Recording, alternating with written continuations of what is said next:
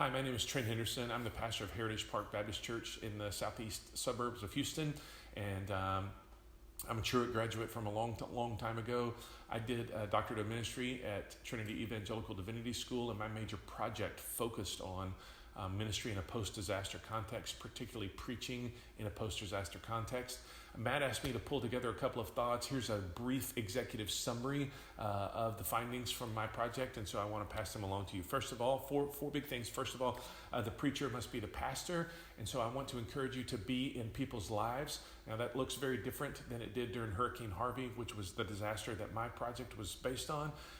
But here, in this particular context, be in contact with them, think about where they are, listen to their stories, hear their anxieties, listen to how they pray and what they're praying about, and encourage them in those things. You can be in people's lives via text message and email and all that kind of stuff. It is so critical for you to do that as a pastor because it gives you the right to also be their preacher. One of the side benefits is that you also get illustrations and stories that come out of that can be used in different ministry contexts. So I want to encourage you, as anybody who teaches or preaches, to be in people's lives.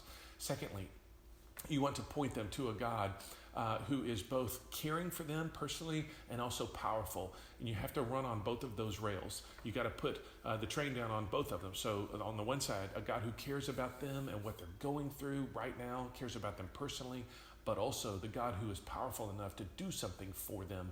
So he is powerful enough to provide for them, powerful enough to protect them, and so forth. You have to theologically root your ministry right now on those two rails. Thirdly, that when you do get a chance to communicate, you communicate with simplicity and clarity. Simplicity being texts, if you're a preacher or teacher, texts that are clear and easy to identify with and understand, theology that is clear and easy to understand. You don't have to point them to new things as much as remind them of old things, and you don't have to get into big questions as much as remind them of basic truths, and certainly use illustrations and stuff that are clear, but also clarity. You want to have them looking forward and looking toward the God who is with them in the midst of all of this. And so I want to encourage you with that.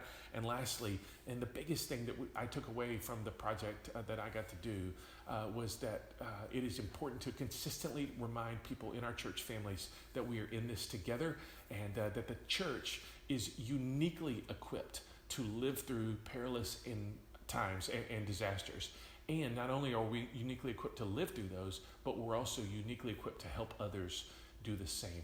And so all of the initiatives for ministry right now need to focus around that profound truth that we are uniquely equipped to live through this, and we are uniquely equipped to help others do the same.